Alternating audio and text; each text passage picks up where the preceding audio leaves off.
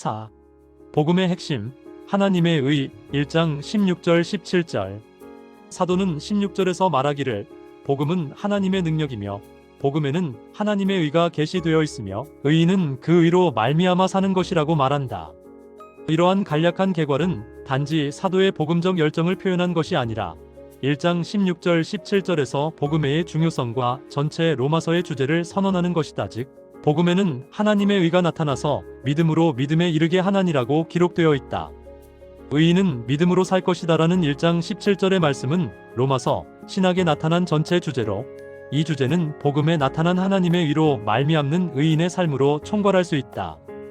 그런 점에서 1장 17절은 복음에 나타난 하나님의 의 그리고 그 의를 위한 믿음으로 사는 성도의 삶을 주제로 한다. 복음에 나타난 하나님의 의와 관련하여 기독교 2000년 역사와 종교개혁 500년이 지난 이 시점에도 어떤 사람들은 믿음의 의와 행위의 의의 혼합을 주장하거나 때로는 과격한 자유의지의 의를 주장한다. 그러나 로마서의 복음은 구원의 근거로서 오직 믿음으로 말미암는 전가의 의만을 말하며 그런 점에서 루터와 칼빈 같은 개혁자들은 그냥 믿음이 아니라 오직 믿음의 의를 강조했다. 구원과 관련하여 믿음과 행위의 교리는 양립할 수 없으며 오직 믿음으로 말미암는 의만이 있으며 여기에 선행이 있다. 그래서 구원의 근거로서 믿음의 의는 행위와는 분리할 수는 없지만 반드시 구분해야 한다. 그럼에도 불구하고 기독교 역사는 믿음의 의와 행위의 문제에 관한 한 계속된 논쟁 가운데 있거나 혹은 신학적 고민도 없이 단순하게 행위의 의만을 주장하는 자들이 있었다. 루터는 이러한 믿음의 의와 행위의 의의 문제와 관련하여 믿음은 결코 행하여야 할 선행이 어디 있느냐 묻지 않고 오히려 그러한 질문을 던지기 전에 선행을 이미 행하고 계속해서 선을 행하고 있다라고 말하고 있다. 이것은 칼빈에게도 같은 의미로 선행 없는 칭의는 꿈꾸어 본 적이 없다라고 말한다. 로마서의 주제나 신학의 본질은 오직 믿음으로 말미암는 의로움이다. 그런 점에서 로마서 1장 16절과 17절은 하나님의 의와 믿음 그리고 그로 말미암아 믿음으로 사는 그리스도인의 삶의 문제를 다루는 것이다. 4.1 1장 16절, 17절의 해석과 설명 16절 내가 복음을 부끄러워하지 아니하노니 이 복음은 모든 믿는 자에게 구원을 주시는 하나님의 능력이 됨이라 첫째는 유대인에게요 또한 헬라인에게로다. 내가 부끄러워하지 않는다라는 현재 1인칭 단수 형태로 부정어 아니가 합쳐진 문장이다. 이 단어는 에피와 아이스키노가 합쳐진 단어로 신약에서 약 11회 사용되었다.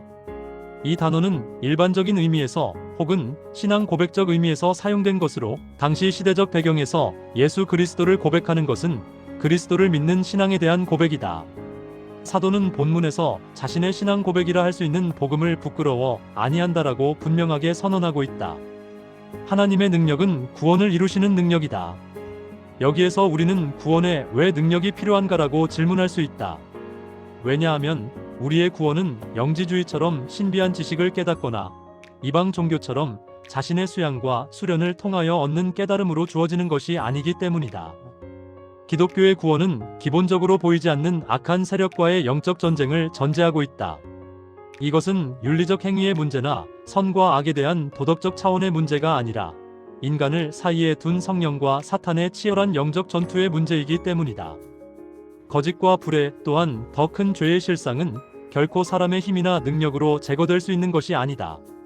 세상은 엄청난 악한 세력의 지배 가운데 있으며 그 악한 힘은 조직화되어 있고 겹겹이 쌓여 시작을 알 수 없고 인간의 어떤 선한 행위로도 굴복시킬 수 없는 엄청난 권세가 되어 인간에게 굴종을 요구하고 있다. 죄를 통하여 우리 위에 왕노릇을 하는 악한 영은 종말론적 사탄의 세력으로 악한 영은 날마다 우리에게 불순종의 죄를 짓게 만들고 하나님의 구속 경륜을 성취하지 못하도록 끊임없이 불법을 하게 한다.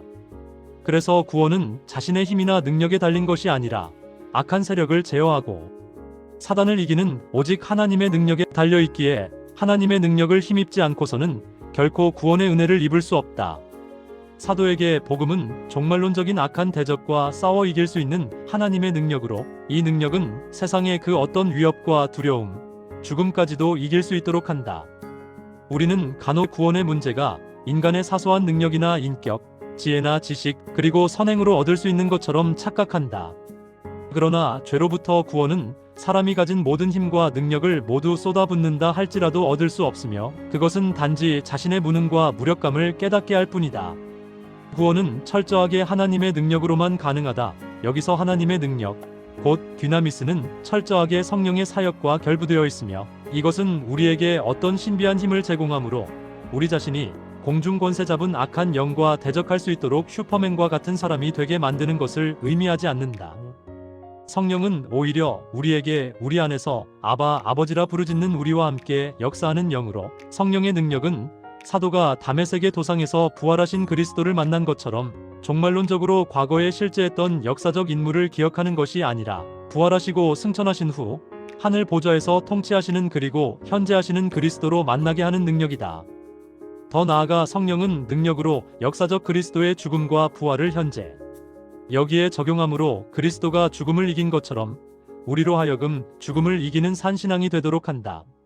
사도는 이것을 갈라디아서 2장 20절에서 내가 그리스도와 함께 십자가에 못 박혔나니 그런즉 이제는 내가 산 것이 아니요 오직 내 안에 그리스도께서 사신 것이라. 이제 내가 육체 가운데 사는 것은 나를 사랑하사 나를 위하여 자기 몸을 버리신 하나님의 아들을 믿는 믿음 안에서 사는 것이라라고 고백한다. 사도의 신앙은 언제나 실존적으로 그리스도와 함께 현재하는 신앙으로 그 삶은 성령과 능력의 나타남으로 표현된다. 성령은 우리의 삶의 현장에서 사단을 지배하고 죄와의 싸움에서 승리하게 하는 능력이다. 그래서 사도는 자신의 목회와 설교 사역이 성령의 능력의 나타냄을 보이는 사역이라고 말하며 성령을 통하여 악한 세력들을 제어하고 하나님의 지배와 임재하심을 선포하는 것이라 말이다. 하나님의 능력은 종말론적으로 그리스도의 사건을 현재화시키는 능력으로 하나님의 전능하신 통치가 능력으로 나타난다. 그리스도인들의 새로운 생명은 하나님의 능력을 통하여 세상의 악한 세력과의 싸움 속에서 주어지는 것이므로 복음 선포는 항상 능력을 동반해야 한다. 능력이 동반되지 않는 복음은 생명을 살릴 수 없다.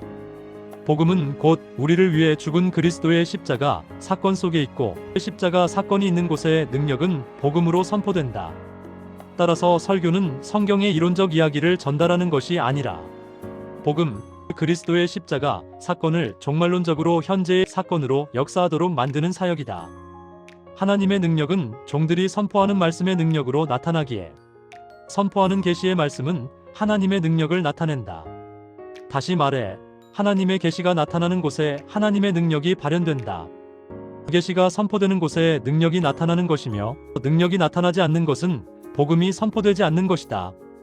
그리스도는 제자들을 능력으로 무장시켜 보냈고 이 능력으로 귀신들을 제어하고 병을 고치고 각종 악한 세력으로부터 이길 힘을 주셨다. 모든 표적과 기사는 이 능력을 통하여 나타나며 성령은 모든 능력 사역의 근원으로 종말론적으로 하나님의 임재가 있는 곳에는 반드시 성령의 능력이 동반되게 되어 있다.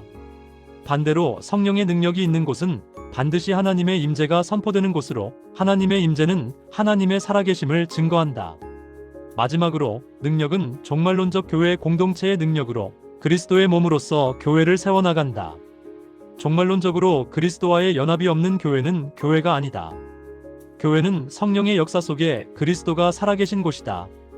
교회는 성령 안에서 하나님의 거하실 처소가 되기 위하여 그리스도 예수 안에서 함께 지어져 가는 곳으로 종말론적 공동체인 교회는 항상 성령의 능력을 힘입어 악한 자들로부터 보존되고 그리스도 안에서 함께 교제하며 사랑 가운데 자라가는 곳이다. 그의 신학에서 사도는 이러한 그리스도의 살아계심과 하나님의 능력을 예수 죽인 것을 몸에 짊어짐으로 예수의 흔적 가졌다는 것으로 그리스도와 함께 십자가에 못 박혔다는 것으로 표현하고 있다. 사람들은 보통 능력이라면 다른 사람보다 뛰어난 힘을 생각하지만 사도가 말하는 능력이란 힘이 아니라 하나님의 의를 믿는 믿음으로 사는 차별화된 삶의 방법을 의미한다. 차별화된 삶의 방법은 예수 그리스도에 대한 믿음, 예수 그리스도 안에서 하나님께서 우리를 위해 이루어 놓으신 하나님의 의의 실천이며 이 믿음의 의는 성령으로 우리에게 확증된다. 피스티온티는 피스티오의 분사, 현재, 능동, 역역, 단수 형태로 믿는 이란 뜻이다. 본문에서 분사, 현재 형태로 표현된 이 단어는 우리의 구원의 양태와 밀접한 관련성을 가지고 있다. 신학적으로 믿음은 언제나 종말론적으로 현재형이며 현재 계속되는 믿음이 구원의 수단이 되는 것으로 믿는다는 것은 종말론적인 믿음을 의미한다. 그 믿음은 현재 부활하시고 승천하시고 보좌 우편에서 영적으로 통치하시는 예수 그리스도를 믿는다는 것이다. 한편 피스티오의 명사형인 믿음은 신학적으로 철저하게 사람과 상관없는 성령의 주권적 사역의 은혜이다. 그래서 믿음이 생기는 것은 철저하게 수동적이다. 그렇지만 한편으로 믿음은 사람의 어떤 것과 관련되어 있다는 점에서 능동적인 부분도 있지만 믿음은 전적으로 하나님의 능력에 기인한 것으로 돌려진다.